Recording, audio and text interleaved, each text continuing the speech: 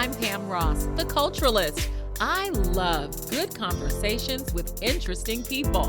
In this podcast, we use the art of conversation to explore what's happening in culture. Thanks for joining us.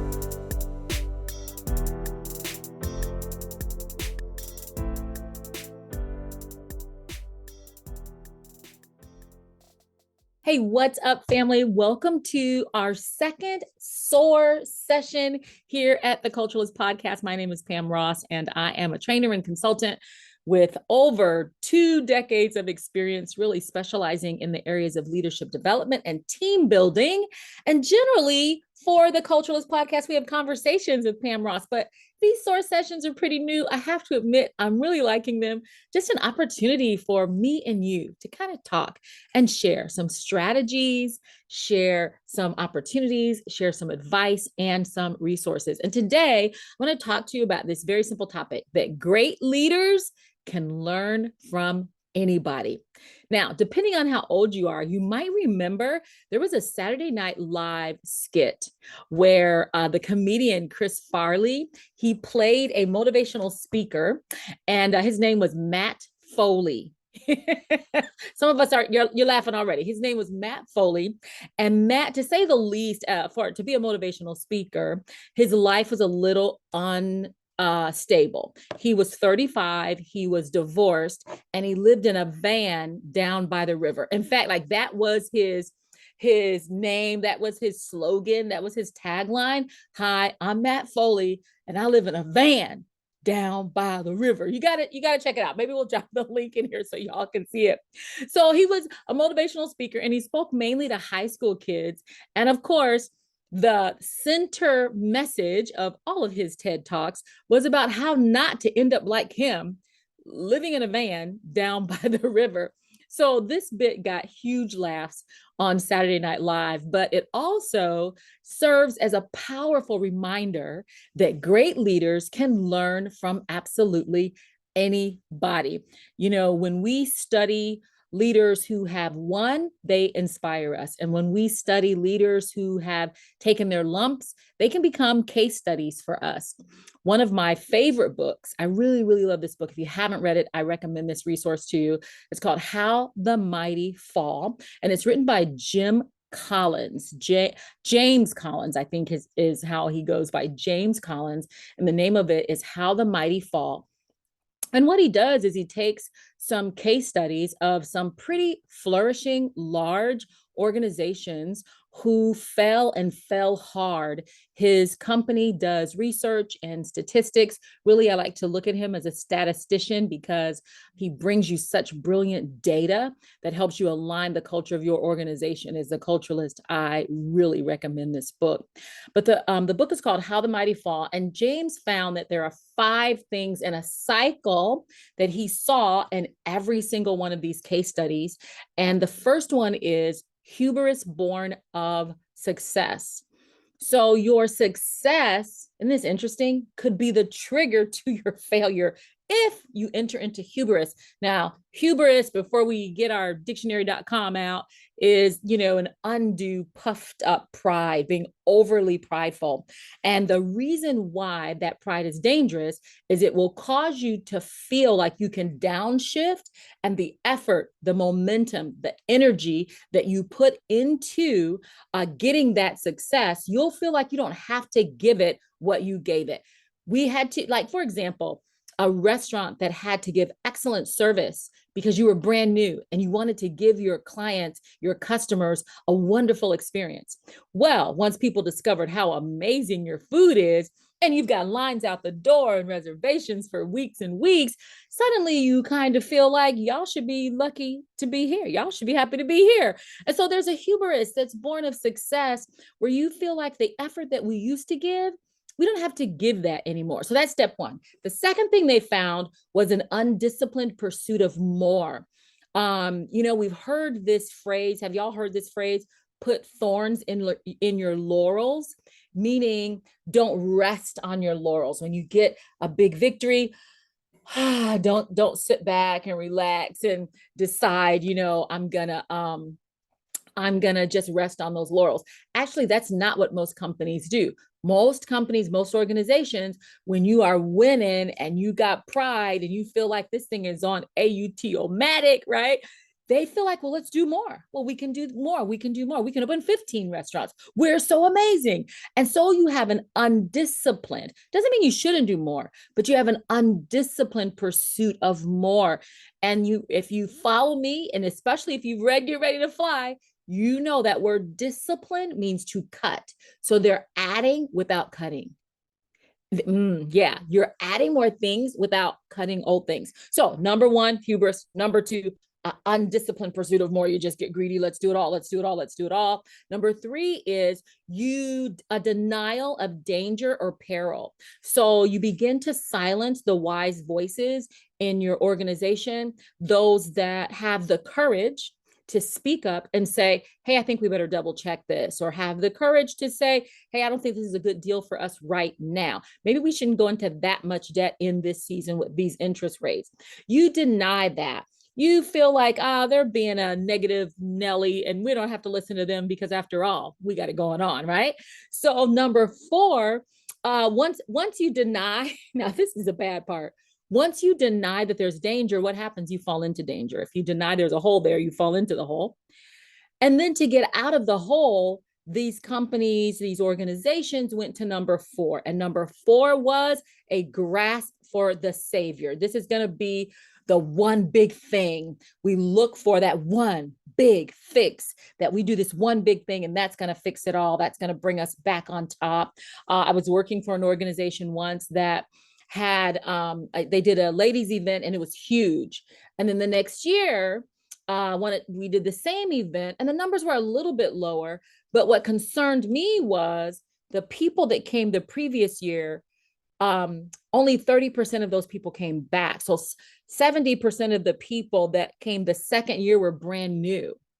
And it alarmed me because the first year was free. So I thought people that came last year for free were offering it again for free. They're not coming back, which means they don't even think it's worth their time. So I'm trying to ring a bell, and they were in denial. So they were looking for what's a one big thing we can do. Let's get a big irresistible speaker. That person's going to come, and that person's going to ring the bell, or that person's going to be the savior. And it didn't work.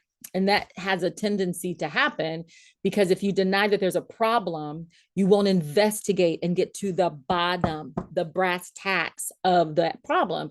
You won't say, gee, I wonder why 70% of the people that came last year didn't. Let's email them. Let's do a focus group. Let's find out what it is that they want and how we can better serve them. But if you deny that the problem is there, you won't investigate the problem. So when it's time to fix it, you're probably not even going to be addressing the elephant in the room. You're just going to, let's just get a whole lot of frosting on top of this cake, but the cake is not what the people want. So yes, that's what happened. So remember, number one, hubris, born of pride. Number two, undisciplined pursuit of more. Number three, denial of peril or danger. Number four is we go for the big fix. And number five, unfortunately, is a capitulation into irrelevance. And then, of course, death. So not saying that when the big fix doesn't work, you can make a U-turn. You could really make a U-turn at any one of those states. But if the big fix doesn't work and you don't make a U-turn, you'll become irrelevant. And sometimes that happens and organizations blame their supporters and their people. But the point of it is you can learn. I learned so much just from looking at failures. You learn so much from looking at what didn't go right for others, which means that you can always learn from people. Great leaders can learn from anyone. Even in the Bible, in the Old Testament, there are stories of kings who followed God and brought God's people into prosperity and safety and peace. And then there are stories of people, of kings who went their own way and maybe followed greed or whatever they followed, or followed fear. And they ended up leading their people into slavery, captivity, and sometimes even death and disease. So you can always learn regardless of who you're talking to. The key is to recognize a learning opportunity when you encounter it. Now, I have a story to tell you. I was in out of town and I was having lunch with my niece and I encountered a leader who I had not met someone like this in a long time. But I encountered a leader who really did not believe he needed to learn from anyone. So here's what happened. I was at a restaurant and having lunch with my niece. I had just arrived in her city. And there was a couple sitting across the restaurant from us. And the couple got up to leave, and the husband made a beeline towards our table. And he looked at me and even kind of pointed at me and said, "Hey, do I know you?"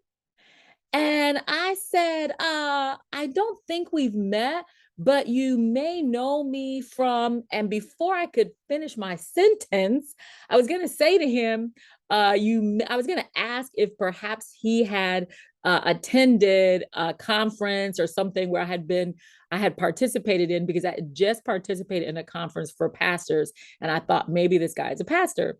So he says, "Do I know you?" And I said, "I don't think we've met, but you may have attended." And then he said, "Are you a pastor? Are you a pastor?"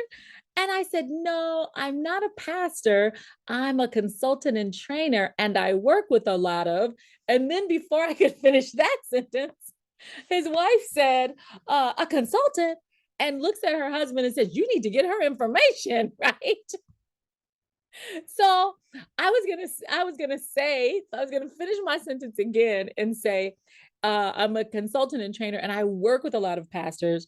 But his wife was very excited, and I forgive her for that because I interrupt people when I'm excited. So I never quite got my full sentence out.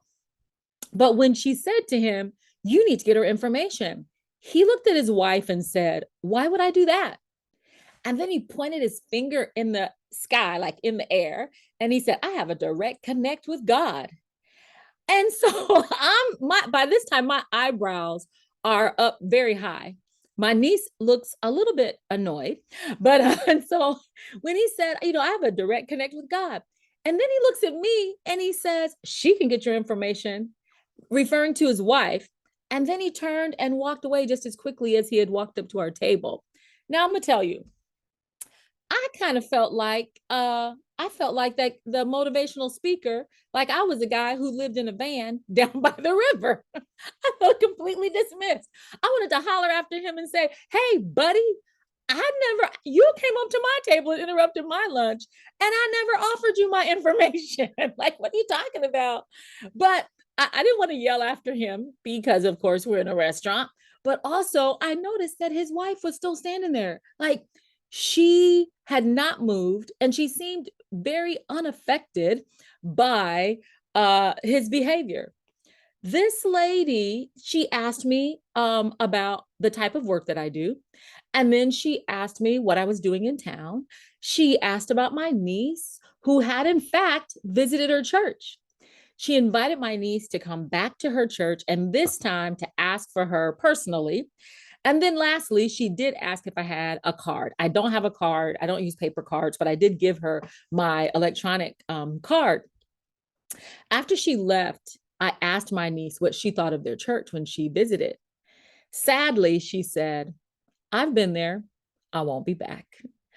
I thought, oh no, she just said it so very matter of fact. Now, my niece is a very matter of fact woman, but she said it very matter of factly. And sadly, that same smartest person in the room vibe that we got from that gentleman is what she felt when she was in that ministry. And I believe that the culture is set by the visionary. And so that's what she felt. And so my niece was not surprised by his behavior. I asked her, I said, "Wasn't that shocking?" She said, "No, I'm not surprised." I was very, very surprised. But the wonderful thing about being able to learn from anyone is that she and I finished our lunch and we had an amazing conversation about what it's like to work with a leader, because she was in a leadership position in her previous work. And I'm someone who trains leaders and teaches team building. And so we had this beautiful conversation about what it must be like to work for someone who has a direct connect. I'm pointing my finger up in the sky if you're listening to this, who had a direct connect. And we came up with three really good questions. I think there's three. The first one is, if your leader has a quote unquote direct connect, can you disagree with that leader without disagreeing with God? If everything that leader says and knows is directly from God, can you really disagree with that leader without disagreeing with God? And if you have follow-up question, this is 1.A. If you have a leader who you can't disagree with, how do you ensure that leader's safety? As a part of being on that team is to ensure your leader gets to where he's going safely. All right, question number one. Question number two is, can innovation and creativity come from anyone on the team, or does it have to come from his direct connect? And if he doesn't get a validation from his direct connect from your idea, does your innovation even carry any weight in the room? Good question. Number three is, do the members of his church, do they have that same direct connect? And thus they don't really need him? Like, if you're the person that, hey, I'm the one that hears, but if they hear as well, does that mean they don't need you like you don't need anyone? We had a good long conversation about that. Like, once people, is it to the advantage of a leader that their people believe that they are the only one? No shade or shame to anyone who's Catholic. But when I was a young Christian, many years ago, it was many years ago, I had a conversation with a friend of mine who was not in church, was really kind of leaning towards agnosticism, and but was raised Catholic. And she said to me, my issue with the church is that they believe that the Pope actually hears from God. And I said to her, well, my issue is they believe he's the only one. So if your leader is the only one, yeah. But if you hear as well, does that mean you even need him? Like, how does that relationship work?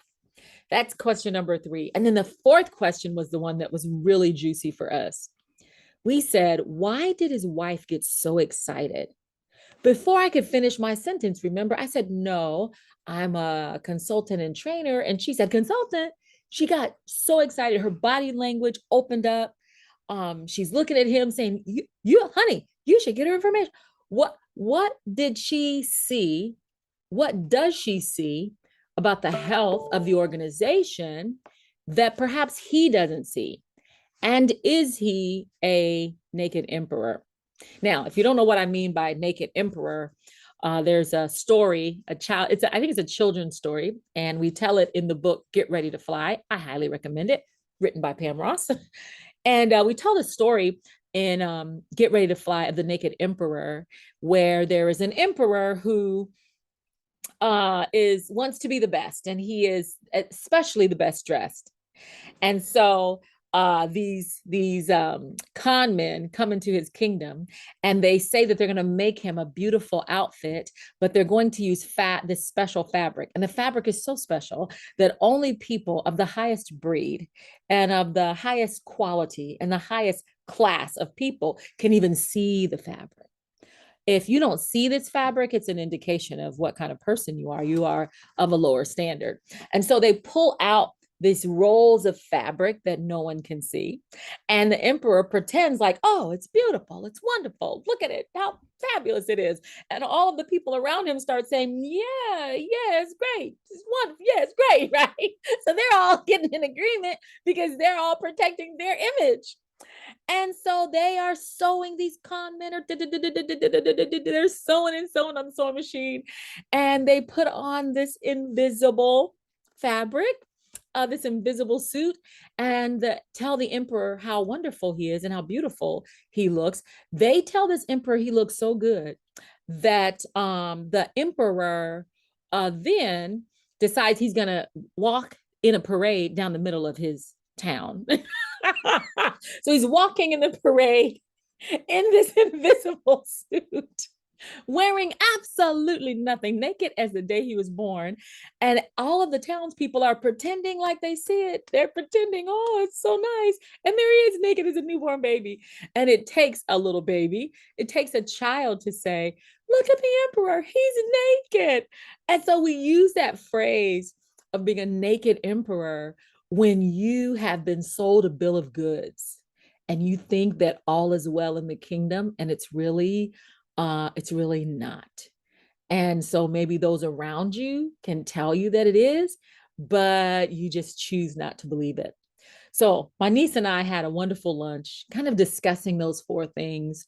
And we concluded that it may have been God that led him over to our table, but it was his direct connect that had him run away as quickly as he possibly could. We laughed about some people will insist on being the smartest person in the room, even if they have to leave the room to do it. But we also concluded that maybe it wasn't just us to point fingers at him and say he missed an opportunity to learn. We wanted to make sure we didn't miss our opportunity to learn. And so we had to have that conversation to say, we can learn from anybody. We can learn from people who we think are doing it great and people who we would advise to do it maybe better. One of the things I often say about leaders is that you are always listening. Great leaders, always listening, always learning, always leading. And we do that by listening to our team members. You do that by learning from others. You do that even by bringing in outside voices, consultants just like me or somebody else to say, hey, take a look at what I'm doing. And this is where I'm trying to go. Give me your advice. So if you've got a question for me, if you've got often, I offer these 15-minute discovery calls and I love them. We often go over, but I love them. Get an opportunity to meet leaders from all over the world and talk to them about where they're trying to go and how is the best route for them to get there. Just remember that leaders are listeners. Leaders are learners, and that's what's going to cause us to lead well. Be willing to learn from everybody. Thanks so much for joining me on our second SOAR session. I hope you learned something. And always remember, you set the culture.